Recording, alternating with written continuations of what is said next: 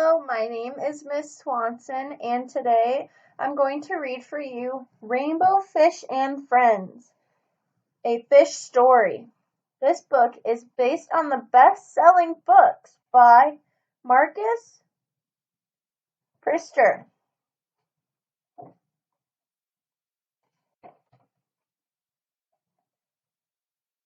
Rainbow Fish and his friends floated into the school cave. "Attention, little fish," said Miss Cuddle. "This morning a new friend will join us. Her name is Angel, and her family has just moved here from the western waters." Puffer waved his fin wildly. "I've been all over the western waters." "Really?" said Miss Cuddle. "I'd love to hear about it. Will you share your story with us?"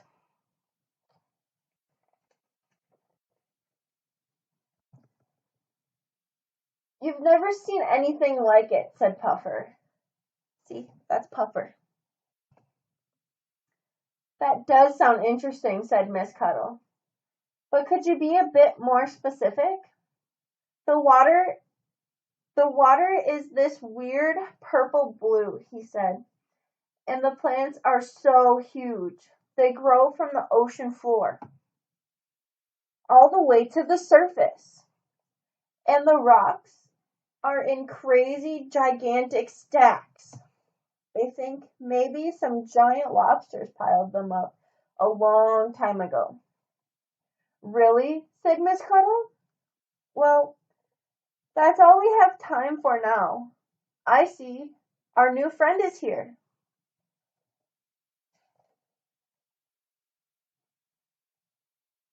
Miss Cuddle asked Angel to tell the class about herself and the western waters. "Well, the western waters is a dreamy green and is absolutely crystal clear, so you can see for miles and miles." "I thought the water was purple blue," said Rainbow Fish. Angel shook her head no. The whole class turned to Puffer. "I meant at sunset," he cried. "The water goes all purple." Miss Cuddle put her tentacle around Puffer. "I love a good story," she said. "And I can see you do too. Thank you for the tall tale, Puffer."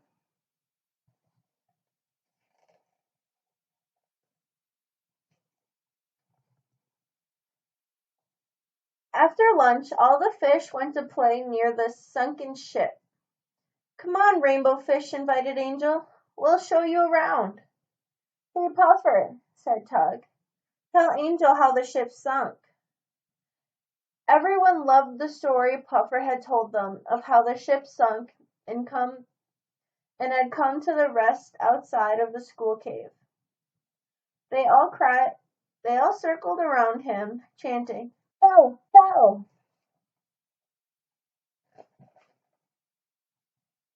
"It was a dark, stormy night," began Puffer. All the and the captain of the ship knew they were carrying too heavy a load. If they were going to ride out the storm, they would have to lighten the load. So he gave the command. "Throw the cargo overboard!" Angel chimed in. "Sorry, Puffer, I love that part. Go on, tell the rest."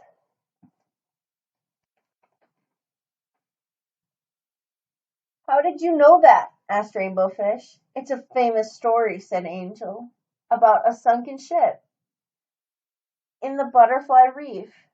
We lived there when I was little." "But Puffer," said Tug, "you said that happened here." "Maybe it's the same ship," suggested Pearl. "Yeah, right," said Spike. "Maybe it drifted here," added Rusty, worried that his friends might start fighting. "The prevailing currents go the other way," said Dana. "A ship in the Butterfly Reef could never drift here. Not in a million years." "Puffer, what's the story?" asked Rainbow Fish. "The real story." While everyone waited for an explanation, Miss Cuddle rang the bell. Puffer was first into the cave. How would he have been the first one? Let's look at the world of oyster beds, said Miss Cuddle that afternoon. Has anyone ever been to this fascinating place? Angel said. I have. Me too, added Puffer. We go there all the time. Splendid, said Miss Cuddle. I want to learn all about it. Angel, will you go first, please?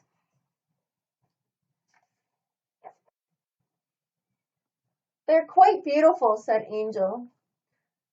There are oysters as far as the eye can see.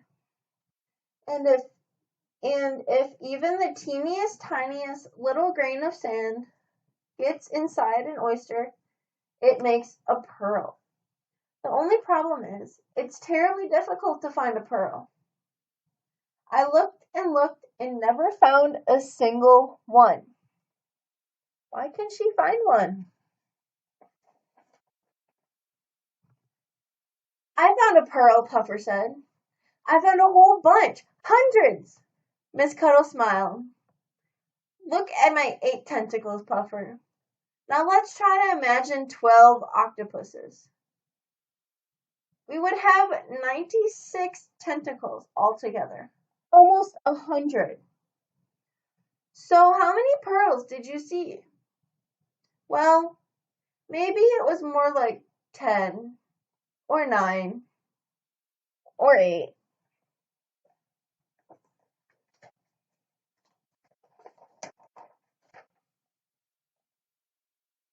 Maybe it was a big lie, said Rainbow Fish, and the others agreed. They were sure Puffer hadn't found any pearls. They were sure he'd never even been to the oyster beds. But I did go, cried Puffer. I really did. Oh, right, said Rosie. In your dreams. That's enough, said Miss Cuddle. Maybe Puffer's imagination carried him away about the number of pearls. But if he says he went there, then he did. Class dismissed. Why do you think everybody would think he'd be lying about this?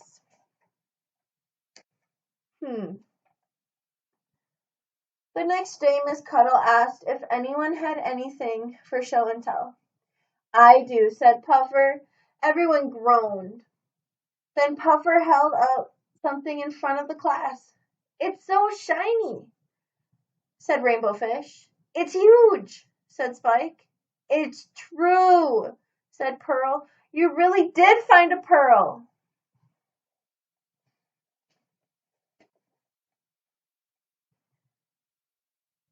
Angel told Puffer it was the most beautiful pearl she'd ever seen. You mean it? He asked.